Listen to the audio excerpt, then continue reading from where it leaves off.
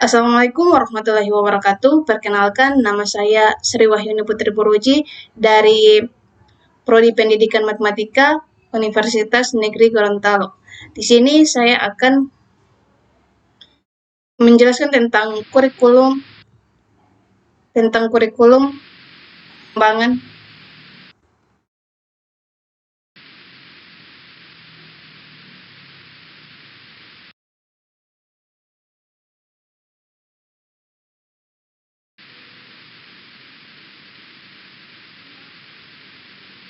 Assalamualaikum warahmatullahi wabarakatuh. Perkenalkan, nama saya Sri Wahyuni Putri Purwoji dari kelas D Prodi Pendidikan Matematika Universitas Negeri Gorontalo.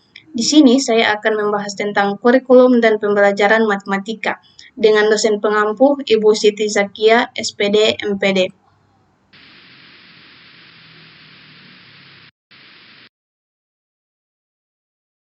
Dengan pokok pembahasan ada 4. Yang pertama itu definisi kurikulum. Yang kedua, pengembangan kurikulum matematika. Yang ketiga ada SKL, KI, KD, dan indikator pencapaian. Dan yang terakhir ada karakteristik tujuan ruang lingkup matematika. Masuk pada definisi kurikulum. Menurut Undang-Undang Nomor 20 Tahun 2003 tentang Sistem Pendidikan Nasional dalam Pasal 1 Butir 19 UU SPN menyatakan bahwa kurikulum adalah seperangkat rencana dan pengaturan mengenai tujuan, isi, dan bahan pelajaran serta cara yang digunakan sebagai pedoman penyelenggaraan kegiatan pembelajaran untuk mencapai tujuan pendidikan tertentu.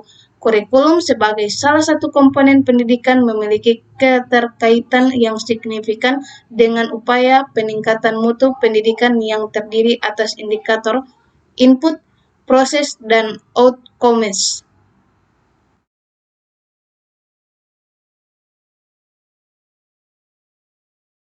Masuk pada pokok pembahasan yang kedua, yaitu pengembangan kurikulum matematika.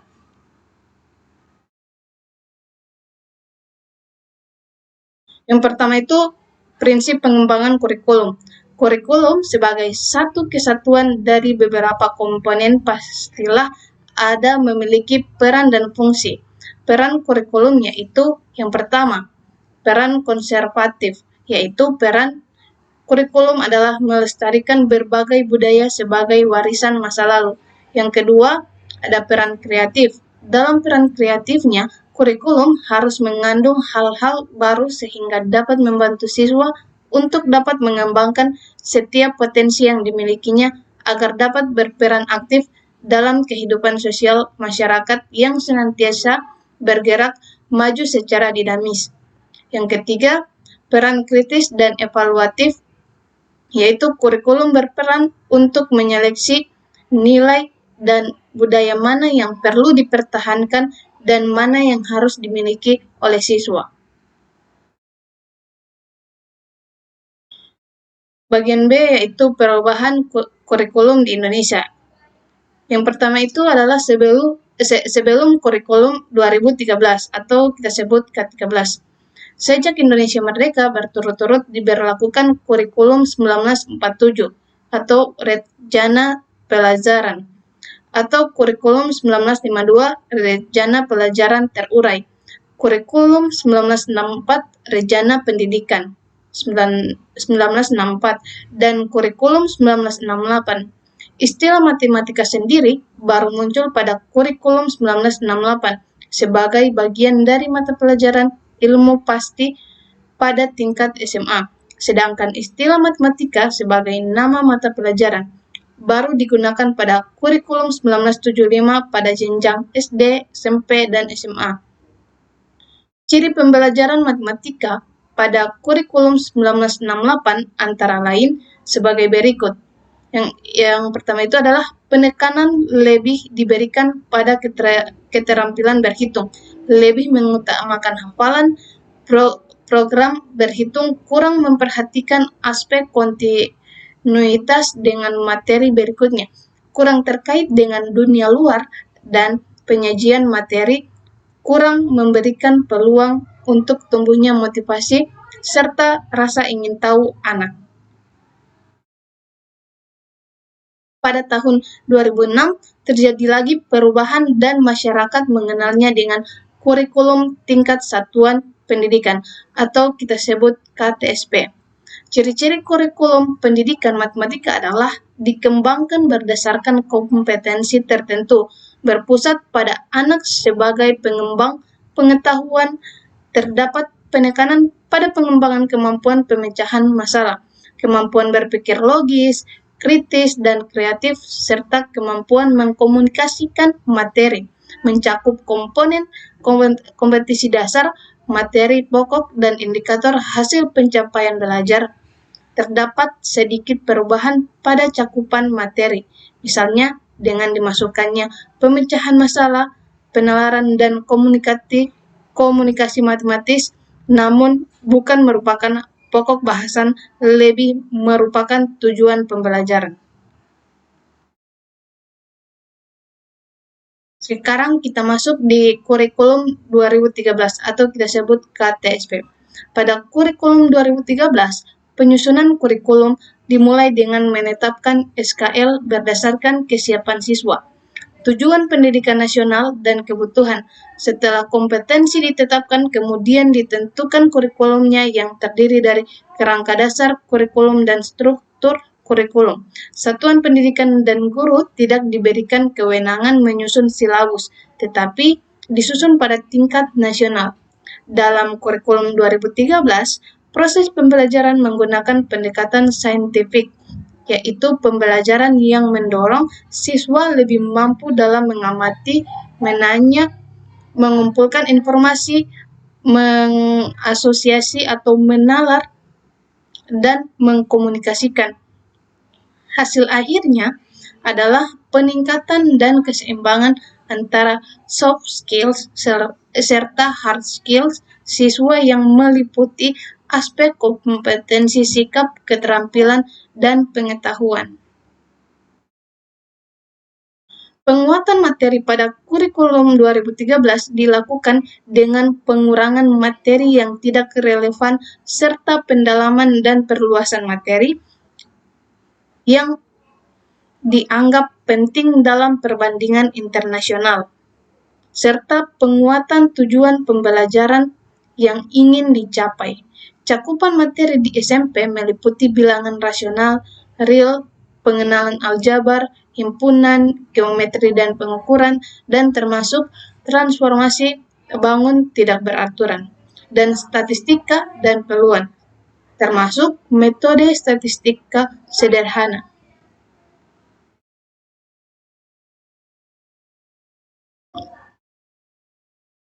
Kurikulum merupakan gambaran bahan tertulis dalam melaksanakan pembelajaran oleh pendidik atau guru bersama peserta didik atau siswa yang senantiasa berkembang secara dinamis sesuai dengan tuntutan perkembangan zaman.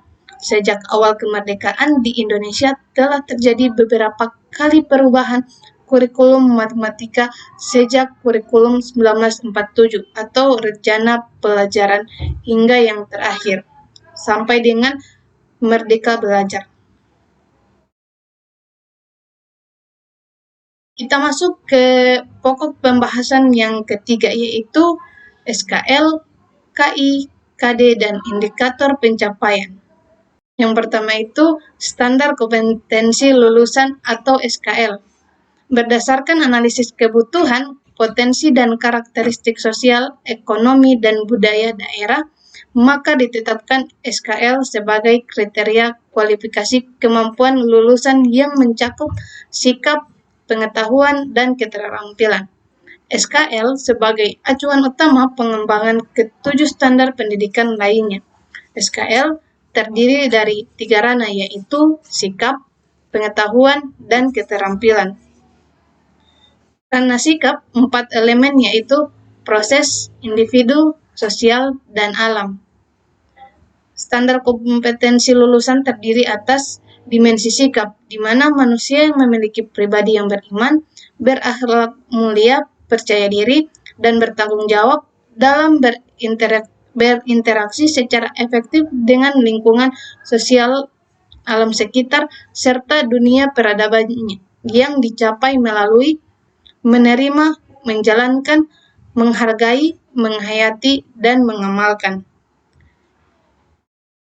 Yang kedua itu dimensi pengetahuan, di mana manusia yang memiliki pribadi yang menguasai ilmu pengetahuan, teknologi, seni, budaya, dan berwawasan kemanusiaan, kebangsaan, kenegaraan, dan peradaban yang dicapai melalui mengetahui, memahami, menerapkan, menganalisis, dan mengevaluasi.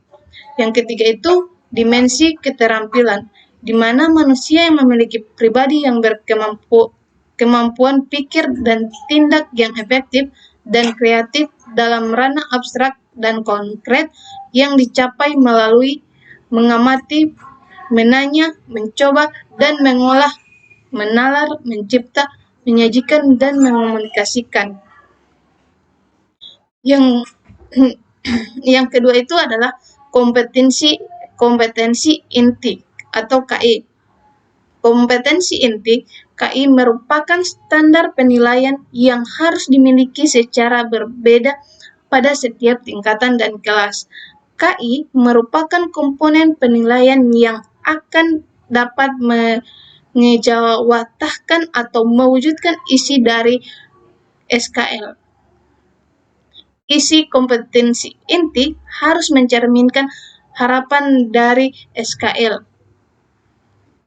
Kompetensi KI ini terdiri dari KI 1 sampai dengan kompetensi inti keempat. Rumusan setiap kompetensi inti berbeda sesuai dengan aspeknya. Untuk mencapai kemampuan yang terdapat di dalam KI, perlu diterjemahkan ke dalam KD yang sesuai dengan aspek pada setiap KI. KI merupakan tingkat kemampuan untuk mencapai SKL yang harus dimiliki seorang peserta didik pada setiap tingkat kelas atau program yang menjadi landasan pengembangan kompetensi dasar. Rumusan KI meliputi KI pertama untuk kompetensi inti sikap spiritual, kompetensi inti yang kedua untuk sikap sosial, kompetensi inti yang ketiga untuk pengetahuan, dan yang kompetensi terakhir untuk keterampilan. Kompetensi inti berfungsi sebagai unsur pengorganisasi di mana organizing element. Sebagai unsur perorganisasi, KI merupakan pengikat untuk organisasi vertikal dan organisasi horizontal KD, sehingga memenuhi prinsip belajar, yaitu terjadi suatu akumulasi yang berkesinambungan antar kompetensi yang dipelajari peserta didik. Organisasi horizontal adalah keterkaitan antara KD satu mata pelajaran dengan KD dari mata pelajaran yang berbeda dalam satu kelas yang sama sehingga saling memperkuat. Untuk uraian KI untuk jenjang SMP atau MTS adalah sebagai berikut. Yang pertama, menghargai dan menghayati ajaran agama yang dianutnya.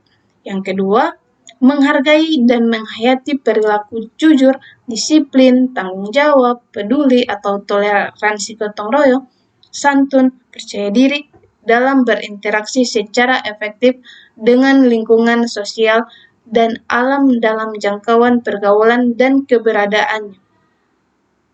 Yang ketiga, yaitu memahami dan menerapkan pengetahuan yang termasuk dalam faktual, konseptual, dan prosedural. Berdasarkan rasa ingin tahunya tentang ilmu pengetahuan, teknologi, seni, budaya terkait fenomena dan kejadian tampak mata. Yang keempat adalah mengolah, menyaji, dan menalar dalam ranah konkret, menggunakan, mengurai, merangkai, memodifikasi, dan membuat. Dan ranah abstrak atau menulis, membaca, menghitung, menggambar, dan mengarang, sesuai dengan yang dipelajari di sekolah, dan sumber lain yang sama dalam sudut pandang teori. Yang ketiga, kompetensi dasar atau KD. Kompetensi dasar dirumuskan untuk mencapai kompetensi inti. Rumusan kompetensi dasar dikembangkan dengan memperhatikan karakteristik peserta didik, kemampuan awal, serta ciri dari suatu mata pelajaran. Kompetensi dasar dibagi menjadi 4 kelompok sesuai dengan pengelompokan kompetensi inti. Yang pertama, kelompok kompetensi dasar, sikap spiritual dalam rangka menjabarkan kompetensi inti. Yang kedua, kelompok kompetensi dasar, sikap sosial dalam rangka menjabarkan kompetensi inti yang kedua. Yang ketiga, kelompok kompetensi dasar, pengetahuan dalam rangka menjabarkan kompetensi inti yang ketiga. Dan yang keempat, kelompok kompetensi dasar, keterampilan dalam rangka menjabarkan kompetensi inti yang keempat. Kompetensi dasar yang berkenan dengan sikap spiritual atau mendukung kompetensi inti yang pertama, dan sikap sosial yang mendukung kompetensi inti yang kedua ditumbuhkan melalui pembelajaran tidak langsung atau indirect teaching, yaitu pada saat peserta didik belajar tentang pengetahuan atau mendukung kompetensi inti yang ketiga, dan keterampilan mendukung kompetensi inti yang keempat. Pembelajaran langsung berkenan dengan pembelajaran yang menyangkut KD yang dikembangkan dari kompetensi 3 dan kompetensi 4. Keduanya dikembangkan secara bersamaan dalam suatu proses pembelajaran dan menjadi wahana untuk mengembangkan KD pada kompetensi yang pertama dan kompetensi yang kedua. Pembelajaran kompetensi pertama dan kompetensi kedua terintegrasi dengan pembelajaran kompetensi 3 dan kompetensi 4. Yang ketiga itu ada indikator. Pengertian indikator pencapaian kompetensi. Indikator sendiri yaitu adalah IPK atau yang kita sering sebut indikator pencapaian kompetensi, merupakan penanda pencapaian kompetensi dasar yang ditandai oleh perubahan perilaku yang dapat diukur yang mencakup sikap, pengetahuan, keterampilan. IPK dikembangkan sesuai dengan karakteristik siswa, mata pelajaran, satuan pendidikan, potensi daerah, dan dirumuskan dalam kata kerja operasional yang terukur dan atau dapat diobservasi. Dalam mengembangkan IPK perlu mempertimbangkan yang pertama, tuntutan kompetensi yang dapat dilihat melalui kata kerja yang digunakan dalam kompetensi dasar.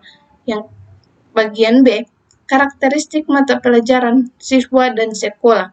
Yang C, potensi dan kebutuhan siswa, masyarakat, dan lingkungan daerah. Dalam mengembangkan pembelajaran dan penilaian terdapat 2 rumusan indikator, yaitu indikator pencapaian kompetensi yang terdapat dalam RPP dan indikator penilaian yang digunakan dalam menyusun kisi-kisi dan menulis soal yang dikenal sebagai indikator soal. Yang kedua itu fungsi indikator pencapaian kompetensi atau IPK. IPK memiliki kedudukan yang sangat strategis dalam mengembangkan pencapaian kompetensi dasar. IPK berfungsi sebagai yang pertama, pedoman dalam mengembangkan materi pembelajaran. Yang pengembangan materi pembelajaran harus sesuai dengan indikator yang dikembangkan. IPK yang dirumuskan secara cermat dapat memberikan arah pengembangan materi pembelajaran yang efektif sesuai dengan karakteristik mata pelajaran, potensi dan kebutuhan siswa, sekolah, serta lingkungan. Yang kedua itu pedoman dalam mendesain kegiatan pembelajaran. Maksudnya itu pengembangan desain pembelajaran hendaknya sesuai dengan IPK. yang dikembangkan, karena IPK dapat memberikan gambaran kegiatan pembelajaran yang efektif untuk mencapai kompetensi. IPK yang menuntut kompetensi dominan pada aspek prosedural menunjukkan agar kegiatan pembelajaran dilakukan tidak dengan strategi ekspositori, melainkan lebih tepat dengan strategi discovery query. Yang bagian C adalah pedoman dalam mengembangkan bahan ajar. Bahan ajar perlu dikembangkan oleh guru guna menunjang pencapaian kompetensi siswa. Pemilihan bahan ajar yang efektif harus sesuai tuntutan IPK sehingga dapat meningkatkan pencapaian kompetensi secara maksimal. Yang bagian D, pedoman dalam merancang dan melaksanakan penilaian hasil belajar. Indikator menjadi pedoman dalam merancang, melaksanakan, serta mengevaluasi hasil belajar. Rancangan penilaian memberikan acuan dalam menentukan bentuk dan jenis penilaian, serta pengembangan indikator penilaian. Mekanisme pengembangan indikator pencapaian kompetensi. Pengembangan IPK harus mengakomodasi kompetensi yang tercantum dalam kompetensi dasar. IPK dirumuskan dalam bentuk kalimat dengan kata kerja operasional. Rumusan IPK sekurang-kurangnya mencakup dua hal, yaitu tingkat kompetensi dan materi yang menjadi media pencapaian kompetensi. IPK pada kurikulum 2013 untuk KD yang diturunkan dari K1 dan K2, KI2, dirumuskan dalam bentuk perilaku umum yang bermuatan nilai dan sikap yang gejalanya dapat diamati sebagai dampak pengiring dari KD pada KI3 dan KI4. IPK untuk KD yang diturunkan dari KI3 dan KI4 dirumuskan dalam bentuk perilaku spesifik yang dapat diamati dan terukur. Contoh analisis keterkaitan KI dan KD dengan indikator pencapaian kompetensi dan materi pembelajaran. Pada bagian ini akan diberikan contoh analisis keterkaitan KI dan KD dengan indikator pencapaian kompetensi dan materi pembelajaran pada topik kongruenan dan kesebangunan. Standar kompetensi lulusan adalah kriteria mengenai kualifikasi kemampuan lulusan yang mencakup sikap, pengetahuan, dan keterampilan. Standar kompetensi lulusan digunakan sebagai acuan utama pengembangan standar lainnya. Kita masuk ke pokok pembahasan yang terakhir, yaitu karakteristik dan tujuan mata pelajaran matematika.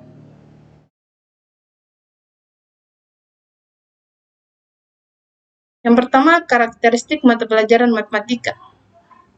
Dalam pembelajaran, pemahaman konsep matematika dapat dilakukan melalui proses induktif dengan pengamatan terhadap pola, fenomena, atau pengalaman nyata. Selanjutnya, konsep tersebut harus dapat dijelaskan atau dibuktikan secara deduktif. Proses cara berpikir induktif maupun deduktif sangat penting dan saling melengkapi dalam proses pembelajaran matematika. Dengan kedua proses dan cara berpikir tersebut akan terbentuk berbagai sikap ilmiah positif seperti kritis, kreatif, jujur, dan komunikatif pada peserta didik. Matematika memiliki beberapa karakteristik. Menurut Soejadi, 1999, karakteristik tersebut adalah memiliki objek abstrak bertumpu pada kesepakatan, berpola, berpikir deduktif, memiliki simbol yang kosong arti, memperhatikan semesta pembicaraan, dan konsisten dalam sistem. Menurut Soejadi, matematika adalah salah satu ilmu dasar baik aspek terapannya maupun aspek penalarannya, mempunyai peranan yang penting dalam upaya penguasaan ilmu dan teknologi. Itulah alasan pentingnya mengapa matematika perlu diajarkan di setiap jenjang sekolah. Mengingat begitu luasnya materi matematika, maka perlu dipilih materi matematika tertentu yang akan diajarkan di jenjang sekolah. Materi yang dipilih itu kemudian disebut matematika sekolah. Matematika sekolah adalah unsur-unsur atau bagian dari matematika yang dipilih berdasarkan atau berorientasi kepada kepentingan pendidikan dan perkembangan iptek. Dengan demikian, menurut Jadi, matematika sekolah tidak sama dengan matematika sebagai ilmu dalam hal penyajian, pola pikirnya, keterbatasan semestanya, dan tingkat keabstrakannya.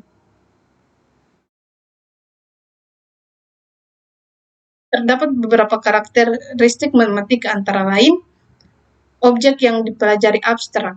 Yang kedua itu kebenarannya berdasarkan logika. Yang ketiga itu pembelajaran secara bertingkat dan kontinu.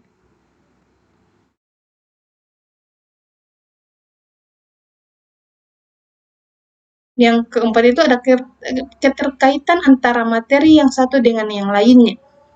Yang kelima, menggunakan bahasa simbol. Dalam matematika, penyampaian materi menggunakan simbol-simbol yang telah disepakati dan dipahami secara umum. Diaplikasikan di bidang ilmu lain. Materi matematika dapat digunakan atau diaplikasikan dalam bidang ilmu lain. Tujuan pembelajaran matematika. Terdapat kaitan antara penguasaan matematika dengan ketinggian, keunggulan, dan kelangsungan hidup suatu peradaban. Penguasaan demikian pada dasarnya bukanlah penguasaan terhadap matematika sebagai ilmu, melainkan penguasaan akan kecakapan matematika yang diperlukan untuk dapat memahami dunia di sekitarnya serta untuk berhasil dalam kehidupan atau karirnya.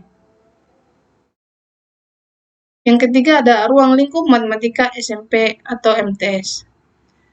Yang pertama itu konsep, operasi dan pola bilangan, meliputi bilangan bulat, bilangan pecahan, urutan bilangan, operasi pangkat dan akar, pola bilangan, barisan, dan deret. Yang ada juga aljabar dan relasi, meliputi pola gambar, bangun atau bentuk, dan bilangan. Himpunan ekspresi aljabar dan non-aljabar, relasi dan fungsi, persamaan dan pertidaksamaan, linear dan non-linear, sederhana. Ada juga geometri dan pengukuran, meliputi satuan dasar dan satuan turunan sederhana, geometri bidang datar kesebangunan dan kongruen, pengukuran jarak dan sudut, teorema Pythagoras, transformasi perbandingan. Dan yang terakhir itu ada statistika dan peluang, meliputi pengolahan data, penyajian data, ukuran pemusatan dan penyebaran, peluang empirik, dan peluang teoritik. Beberapa karakteristik matematika antara lain, objek yang dipelajari abstrak kebenarannya berdasarkan logika, pembelajaran secara bertingkat dan kontinu. Ada keterkaitan antara materi, menggunakan bahasa simbol, dan berguna di bidang ilmu lain.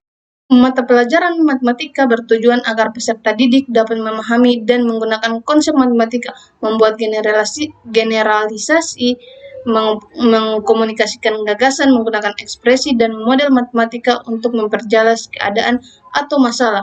Ruang lingkup matematika untuk SMP adalah sebagai berikut, yaitu konsep, operasi, dan pola bilangan, aljabar dan relasi, geometri dan pengukuran, serta statistika dan peluang.